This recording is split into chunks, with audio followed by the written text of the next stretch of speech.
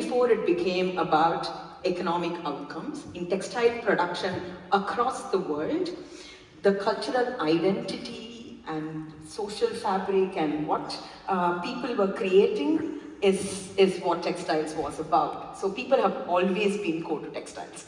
And like you rightly said, and the previous panel hinted at, decarbonization is here and now and it's super essential. But let's take a step back and say, what do we need to do to bring down these emissions and where? One of the biggest emitters is these wet processing facilities in the value chain of textile production. These are typically in tier 2 cities, and they employ a fairly large share of workers, about 60 to 70 million workers in textile, and a large share of them in these factories. And and these are helpers, washers, they have lower skilled roles, often with limited formal education. So when we say we're bringing in new climate-friendly technology, we're going to have waterless dyes, more automated finishing, QR code-based, AI-based QC technologies.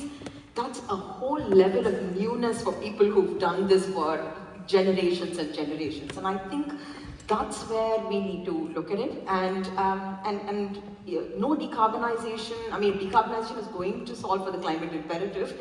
It shouldn't unlock another crisis in the form of people being left behind. So we have to do decarbonization with the worker transition in tandem. And there are many different reasons and rationale to be able to go down this route. So that's what I would say.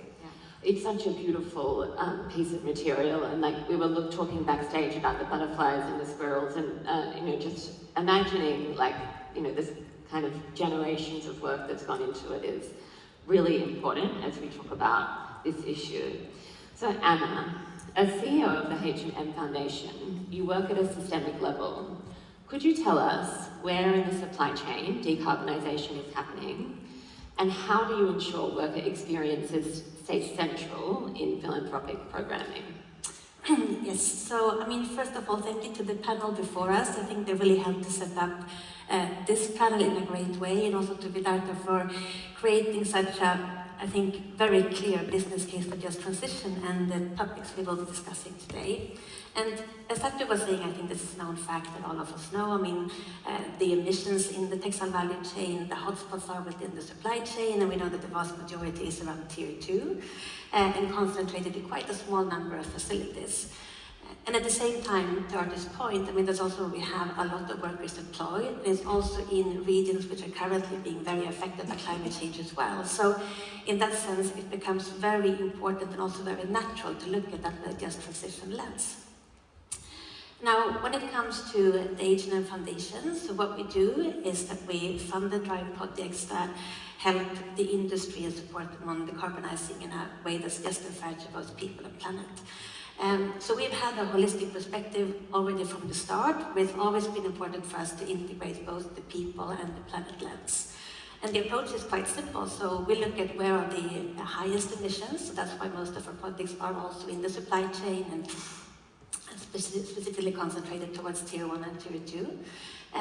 We see what are the most impactful climate solutions that are out there that we can support with philanthropic capital, and also how could we then incorporate a just transition lens already from the start. I'm very grateful that you called me an expert. I am not, but we're very happy to be able to work with partners like Sattva, who really sit on that knowledge and also the local competence on how this is done in the best possible way, and together we're working on quite a few solutions. Okay.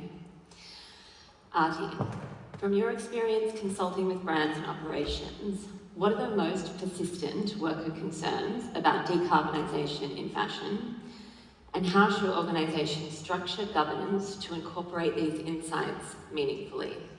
If you look at it ground up, Lucy, and I'd like you to visualize this textile factory worker, right? Typically a man, 20s or 30s, with very little formal education, and whether it is Bangladesh, India, Vietnam, Cambodia, Turkey, wherever across the world.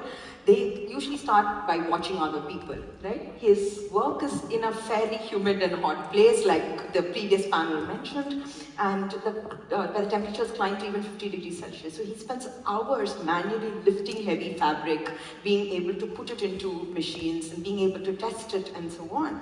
And if he has safety equipment like gloves and masks and so on, often it comes in the way of work, so it's discarded and they work how they are.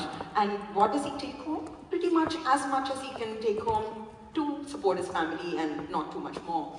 And because this work is so heavy, women are typically not encouraged in this part of the processing, right? Like, and so women are typically involved in very much lower roles in packaging, sorting, things, and that makes their wages even lower, right? And so if we would say across the board, and this is how for generations they've been, this is their life in terms of family after family doing this. So if we have to bring these new machinery, the fact that we're bringing new machinery and new technology itself is a concern, right? Like, and the solutions are for this person who's working in this way. And therefore, I would think the first thing is job security. Okay, will I have this job tomorrow because this is the only thing I know to do? And second is career progression. Is there a different way that we can do this? And I think some solutions are hidden there. And third is to be able to look at safety, right? Like, and even health, because in a lot of ways there are chemicals that they are inhaling and the ambient conditions that are not so optimum for their health. So I would say these are all the things that we should be solving for. And so factories looking at organizing around how the worker experiences their everyday life in the factory would be central to this. Okay, I like the way you're painting these very visual pictures for us. It's very helpful to kind of humanize it all. So Anna, which stakeholders are most critical to engage first to advance just transition goals and the deepening imperative to decarbonise fashion for people? So obviously, I mean, looking at this from a systemic level, it really is about engaging the wider ecosystem. But from our experience, and I mean, back to what Aarti was saying, I think the most critical ones to get on board first is, of course, the manufacturers. They are the ones who own the implementations of these innovations and these solutions. It's the workers, because ultimately they are the ones who will carry out that implementation. They know what is working on ground and what isn't, and they need to be involved in that design. And then it's also about the brands, so the ones who are creating the commercial realities. How do you do that in a way with the purchasing practices and the system around that really enables for this to be part of the decarbonization transition? Okay. And then, I mean, that's kind of what you need to start with, going at it at scale. You, of course, need to have governments and financial actors also involved. I mean, without policy and without infrastructure and access to capital, you cannot scale. But I think if you need to start somewhere first, it's about the manufacturers, workers, and the brands. Okay. They're such big topics and big themes. So, together, you've been working on a just transition program called Future Forward Factories. Aarti, could you tell us a little bit about that? Maybe, I mean, at the H&M Foundation, the inclusivity in decarbonization, inclusivity in circularity have been really big topics. And under that umbrella, we've been doing some work to just understand how this can happen. So as a result of the Future Forwards Factories work, we looked at what will it take to ensure a just transition along with this decarbonization. We identified 4 pathways, which practically brands can adopt, because otherwise it seems like it's a much larger problem that we are all imagining together, and it is, and then it seems to be hard to take the next step, because everybody says, okay, yes, people and planet, but what do we need to do starting tomorrow? So we came up with 4 ways in which brands can be involved.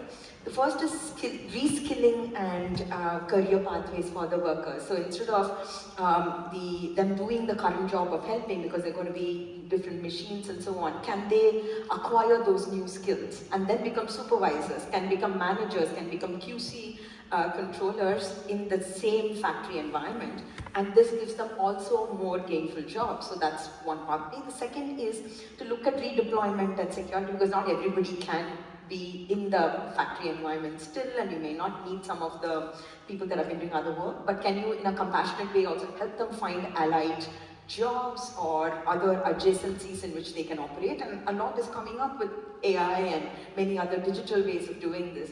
The third is inclusivity. Now the women, other than in Bangladesh where they are all over the garment factories, and my friend spoke about it yesterday, now in these processing factories, women can enter, people with disability can enter because it's cooler. Like Vidura said, it's going to be, it's state of the art in terms of being a good place for them to work with. So we can actually bring new inclusion into the workforce in these countries through this way. And the fourth is nothing for them without them kind of an approach, right? Like, can we co-design involving the workers? Can we have active listening to their voice, their ideas? And that's something that at the H&M Foundation, they've actively been looking at this and saying, let's keep listening into what's happening. And I think that also encouraged us to look at this as the fourth pathway. So with four of these pieces coming together, I think we can actually start working together on just transition. Yeah. And if we could just follow up and also both provide a bit more context to the Future Forward Factory, it's, I think, a fantastic project. It's run by Fashion for Good, and we are supporting that and work with a lot of different stakeholders in it. It really hits the nail on the problem. I mean, it's targeting Tier 2, where we know that a lot of these innovation and solutions exist but are not fully implemented or demonstrated and how they can work together. So the project is really about showcasing when these innovations come together into one factory or in a blueprint, what does the total actually bring? And we have seen that on paper at least, it will bring a lot of both carbon reductions, but also a lot of other environmental value, which is great. But then adding the just transition lens and seeing how will the implementation of these solutions work in practice in the factories and affect the workers has been, I think, a fantastic way of making sure that this is a very holistic project. And then if I can add another example, as I think it's important to also talk about what are solutions out there.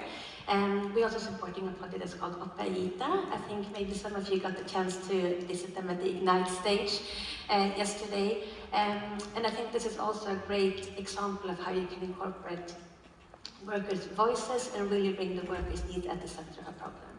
So this is a project that is working in Bangladesh to support factories to transition towards low emissions and decarbonization, while at the same time equipping garment workers, especially women, since we're in Bangladesh, for a future there. So this is a very holistic project that really addresses what are the needs for those garment workers to be part of that future. It looks at the enabling environment, so what's needed around there in terms of, for example, literacy, access to childcare, climate resilience measures. And it also looks at the job and upskilling that is needed. And I mean, back to what you were saying before, Aarti, it's both about upskilling, getting new skills to be part of this industry, but also what are maybe alternative routes and career opportunities that comes along.